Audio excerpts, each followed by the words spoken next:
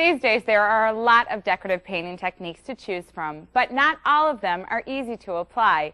Gary Lord is back with a simple technique using a roller that will have you quickly becoming a faux pro. Hi, Gary. How are you? I'm doing great, thanks. Good. Good to have you back again. It's always my pleasure. It's always my pleasure because you always bring some wonderful new finish that I've, of course, it's like I haven't seen anything like it before and I've fallen in love with it. And the finish you're going to share with me today is done with a roller. It's super easy. Anybody can do it. They're readily accessible. And I'm even going to have you paint it and show how easy it is. Perfect. I love it. Okay, let's take a look at our first finish. This is it right here. Yes, this is what I call like a pleated fabric look. And you can do it in any color combinations that you would want. Colors to taste. Right. With your own decor. I happened to use these because I thought they were pretty combinations. Yeah, but it looks like almost like a leather or a suede. I mean. And when you get it up on a big space, it really looks like it's almost pleated and gathered together. It has a really, really pretty look when it's up in a large area. It's beautiful. Now, you're working on demo boards for demo purposes today, Correct. Obviously. But this is for walls. This is for anything? You could do it on furniture. You could do it on your walls. You could do it on the inside of an armoire panel and then, put little brass tacks around the side or bronzing, gilding or something like that. Very good idea. Very good idea. Tons of combinations of ways that you could use it. Okay, so this just isn't for our walls, then we can use it on anything. Again, it's art, so be creative. Okay, I love that. Paint, it's paint, a good paint. policy. You got it. Okay, what is our first thing we need to do to get started here? What kind of paints are we going to use? Well, I want to use an acrylic base coat, so I'm going to take this off to the side. And the first thing that I use as a base coat, this is called Aqua Bond Off-White. It's a pure acrylic. It allows your paint to stay wet longer on the surface, basically. Okay. And this board's already been painted with that, so I'm not going to show you that because it's not that exciting. The next thing I'm going to do, though, is I'm going to mix up 1 part of latex-based paint. You can use any color. Again, I'm using a soft sage green color here. That color. I do, too. Greens are my favorites. And then I'm going to use an aqua glaze, which is a clear glazing medium that allows my paint to stay wet longer and also for it to become translucent so you can see through it. So you can see the texture. So I'm going to, you can measure accurately for those people that like that. You could, use a measuring cup. But a true artiste like you, Gary, never measures anything. It's to taste. Right. So then you just squirt it in, and it comes in gallons, quarts. You don't need a lot of this. A lot of this goes a long way. A quart of paint and a gallon of glaze will do a room that's easily 12 by 14 by 8-foot tall ceilings. Wow. Yeah. So it goes a long, long way. Great. And see, that takes a lot of the myth out of it, too. People think that decorative finishes are so expensive to do.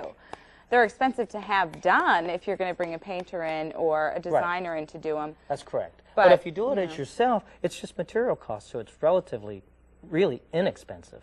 Right. So cost comparison, well, you do. Yeah, I do it professionally, and I like doing it that way, but you could easily do it for yourself for a fraction of the cost of hiring a professional, for real. Okay. All right, well, let's see how easy this really is going to be. None of my clients watch that segment part there, please. So then it's very, very expensive and time-consuming. It's also very hard. That's right. Only a master can do it.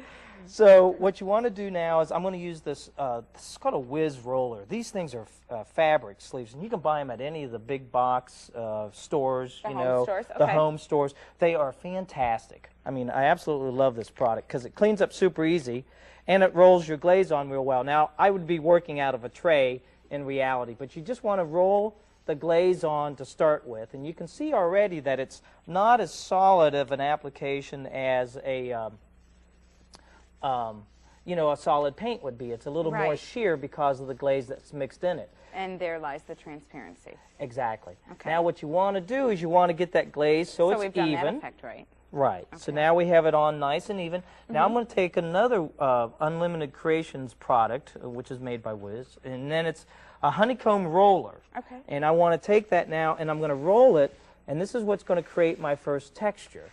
And you could even just do this by itself. Now you can cross and come the opposite direction, and it creates this sort of like little tiny, almost like a sponged look. But it's faster than sponging because it's a 7-inch roller, and you just roll it. And that's plastic, it's not absorbing or anything? It's plastic, it's not absorbing, and even if it does, then you could offload it onto the wall ahead of where you're glazing, and then come back in and extract the material again. Okay. So once that's done, which is what you see here in this step, this is done and now fully dry. I want to take then a brown that I have made up, and this is where the real fun part comes in. I'm going to roll the glaze on, and I'll do one section with it's sort of like a little pleated roller, and then you'll see how it creates that pattern. Well, first you're just rolling it on with your regular I'm roller. just rolling. Now, I've already made this into a glaze. Okay. And I am rolling it on just with that, the normal roller again that we talked about. And I'm covering it 100%. And then once that's done, then I want to go ahead and take my pleated roller I like that color. That is a great color. How many different colors do these paints come in? Oh, gosh. Paint stores, your eye perceives over 8,000 shades of color, and you can probably buy that and many more. Wow. So, so now you just take this and you just press it down, and it creates the pattern all by itself. And all I'm doing is, with a fairly firm pressure, you just push it right up. Now, you want to go ahead and try? Yeah. My mom used to have like those balloon curtains, that were big, like in the Exactly. That's exactly what this is reminding me of. I had those in my first house.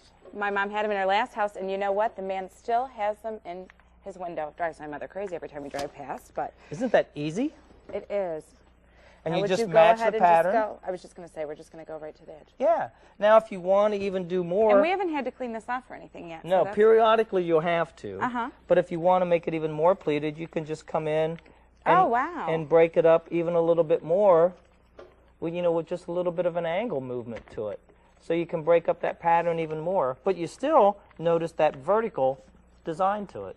Now, Gary, last time you were here, we were talking about demo boards and the purpose of using them and the fact that it's really a good idea to do that. So especially if you're going to experiment and kind of play around and run things at an angle, you have a little bit more knowledge with stuff like this to where you know that if you run it at a different angle, it's going to look all right. But for those of us at home that haven't tried it, do you recommend, obviously, work with the tool and go ahead and try some different angles, play around try with the tool? different things. You could even just, while this is still wet, you could just keep working at it so it softens, and now it just looks sort of like a crushed velour, with the exact same tool. It is beautiful. But now I've created an entirely different look. So yes, it's a completely experimentation different is great.